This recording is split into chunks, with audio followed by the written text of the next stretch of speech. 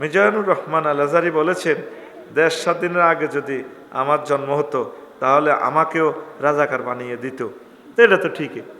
আমরা 1982-তে জন্ম, এরপরও কলেজও মারামারি লাগলে আঙ্গর রাজাকার গই ফিরে দিত। তো এমনও কিছু লই লাগলে কো রাজাকার, এ চেতনা দিয়ে তো ব্যবসা বাণিজ্য করছে। অন আল্লাহ এমন ব্যবস্থা করছে, অন সব রাজাকার হোলানে মিছিল দে, তুমি কি আমি কি, রাজাকার রাজাকার, চেয়েছিলাম অধিকার হয়ে গেলাম রাজাকার, জয় বাংলা। তো আমরা সব রাজাকার। এখন রাজাকার হইতে কোনো অসুবিধা নেই। কেমন? আল্লাহ আল্লাহ তুমি আমাদেরকে হেফাজত করো, পড়ে আমিন। বিরিক ফিল্ড দিও, তোরা হাসলাক করিস আরো, আমার মনে কাল্লা বেড নেই যাব বিরিক ফিল্ড। আল্লাহর কাছে নাই, এত শেয়ানার শেয়ানা হয়ে গেছি আমরা। যত রকমে কই খোদবা কেন হোলান মাদ্রাসাতে কয় আমি আগরে বুদ্ধি আগ হলান বিসিএস ক্যাডার হইব, ডাক্তার হইব, কাড়ি কাড়ি টিয়া কামাইব। কি দরকার মাদ্রাসা তৈরি হুজুর গিয়া হুজুর বানো ভিক্ষা করন? বহুত শেয়ানা না তোরা? শেষমেশ এ শেয়ানা দেওয়াইছ পরে বোকা ওই মাদ্রাসাত ফাটাবি ইনশাল্লাহ।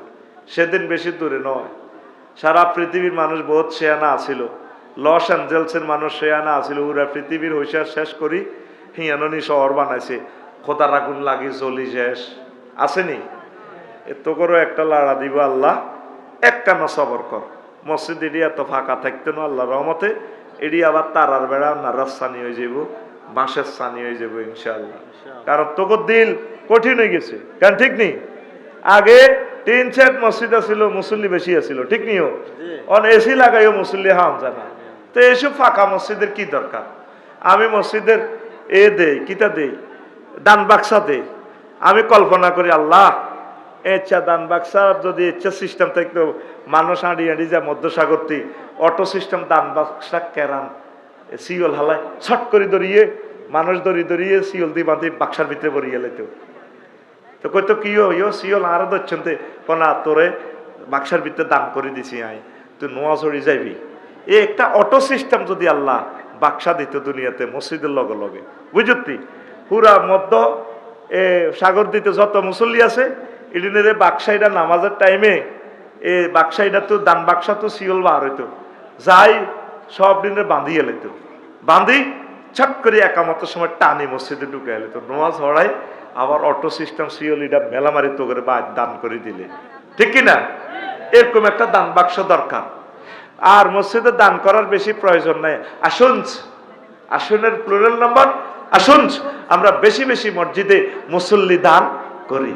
এখন সময় এসেছে মুসল্লি কালেকশন করিবার। কি কালেকশন করিবার? মুসল্লি কালেকশন করিবার।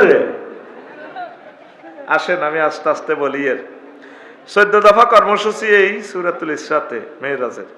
তাওহীদ, পিতামাতার সেবা, গরিবের হক দিয়ে দেওয়া, অপচয় রোধ করা, মিতব্যয়, সন্তান হত্যা, ব্যভিচার, খুন, এতিমের মাল বক্ষণ, ওয়াদা পালন, ব্যবসায় সততা, তথ্যানুসন্ধান, ফেসবুক, ইউটিউব, সাংবাদিকতা, কি কি করে, কেমন করা দরকার, এইগুলো, অহংকার, শিরক, এই 14টা সেক্টর নিয়ে সূরাতুল ইসরা কথা বলেছে। পড়ি আমিন। আর 22 রকমের জাহান্নামীদেরকে আল্লাহ রাসূল দেখেছেন।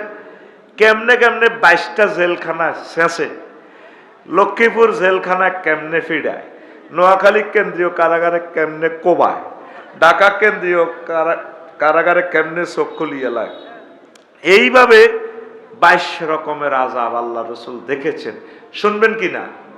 22 রকমের আযাব শুনতে হইলে 3 মিনিট করে কইল তো প্রায় 1.5 ঘন্টা। কয় ঘন্টা? যা কতক্ষণ শুনতেন পারেন আপনারা, আমি রেডি। পড়ি আমিন। সুবহানাল্লাহি ওয়া বিহামদিহি সুবহানাল্লাহিল আযীম। সুবহানাল্লাহি ওয়া বিহামদিহি সুবহানাল্লাহিল আযীম। ওই যে হাদিস বলছিলাম, নবীজি কয় আমি একটা প্রজেক্টে গেলাম, একটা কৃষি খামারের পাড়ে। ওরে সেখানে দেখলাম লক্ষ লক্ষ চাষির দল চাষাবাদ করতেছে। জাপান থেকে মেশিন আনিয়া এক মেশিনে রোয় এই একই মেশিনে আবার সিস্টেম করে দান দায় চুরায় বস্তাত পরে খেরেরে বাঁধে, আবার ট্রাকে উড়ে গেলায় ডাইরেক্ট GI-5 দি এ খের বাঁধি গেলায়। আসানা নবীজি বলছেন আতাইতু আলা কওমিন ইয়াসরাউনা ফি ইয়াউমিন ওয়া ইয়াহসুদুনা ফি ইয়াউমিন, এমন একটা সম্প্রদায়ের কাছ দিয়ে আসলাম, ও দুনিয়ার মানুষ, কৃষক দলের কাছে আসলাম। তারা এই একই দিনে তারা শস্য বোনায় আর শস্য উৎপাদিত হয়ে যায়, এদিক দিয়ে ধানের চারা রোপণ করে, রুইতে না রুইতে ফসল হয়ে যায়। মানুষগুলো ফসল সংগ্রহ করিয়া এ ফসল রোয় আবার হয়ে যায়, আবার তা কাটে, মানুষগুলো বস্তাগুলা লইয়া গোডাউনে গুদামজাত করে ফসল সংগ্রহ করে। আমি বললাম ফাকুলতু ইয়া জিব্রাইল, জিব্রাইল রে এটা কি দেখাইলি রে জিব্রাইল? মাযা ক্বালা হাউলাইল মুজাহিদুনা ফি সাবিলিল্লাহ তুদাআফু লাহুমুল হাসানা। ও নবী, আপনার উম্মতের মাঝে রায়পুর মধ্যসাগর দ্বীর মাঝে যে সমস্ত লোকগুলো আমি আল্লাহর রাস্তায় শহীদ হয়েছেন, মুজাহিদ যারা জেহাদ করে, একামতে দিনের কাজ করে, এই সমস্ত লোকগুলোর ফজিলত আল্লাহ আপনাকে দেখাইল। মুজাহিদদের শহীদদের সওয়াব এইভাবে আল্লাহ দেয়। আমরা তো কই হাতে বাড়াবাড়ি না করলেনি তারে ফাঁসি দিছি, তারে মারছে। এখন বুঝলেন নি নবী শহীদদের মুজাহিদদের সওয়াব কিভাবে দেখছে। মুজাহিদেরা এই দুনিয়াতে বেশি বেশি কাজ করে নিজের জীবনকে বিলীন করে দিয়ে, এই জন্য নবীজি মেরাজে দেখেছেন তাদের এই ফজিলত। আল্লাহু আকবার। তাদের সওয়াব এক একটা নেক, এক একটা নামাজ, এক একটা সুবহানাল্লাহ, এক একটা টাকা আল্লাহর রাস্তায় দান করা কেমন হয়। তারপরে নেক কেমন হয়? মিয়াতে দাফিন, এক থেকে আরো বেশি 100 হয়ে যায়। আল্লাহর নবী ওই আয়াতটা তেলাওয়াত করলেন, ওয়ামা আনফাকু মিন শাইইন ফাহুয়া ইউখলিফুহু ওয়া হুয়া খায়রুর রাযিকিন। যে কোনো কিছু দান করে পেছনে ভালো কাজ করে যায়, আল্লাহর রাস্তায় দান সাদাকা ভালো কাজ করে, আল্লাহ এগুলো আরো বেশি বেশি তারে সওয়াব দিয়া দেয়। আল্লাহ জাল্লা শানু উত্তম রিজিক দাতা। জোরে জোরে বলুন সুবহানাল্লাহ। এক রকমের জাহান্নামীদেরকে নবীজি দেখলেন। এই জাহান্নামীদের বর্ণনা শুরু হলো। তারা ফেরেশতারা বড় বড় পাথর দিয়ে কিছু লোকের মাথা আঘাত করে, মাথাটারে বাড়ি দিয়ে স্যাপটা করে গেলাম, মগজে আর মাথা অত্তর হয়ে যায়। আবার কিছু ফেরেশতা ছোট ছোট আতুরে দিয়ে ফিরাই মাথায় আবার গোল্লা করে, ব্যান্ডেজ ট্যান্ডেজ করে বালা করে। এবার আল্লাহ আল্লাহ, এই আল্লাহ আল্লাহ কয় তো আবার বাড়ি মারে।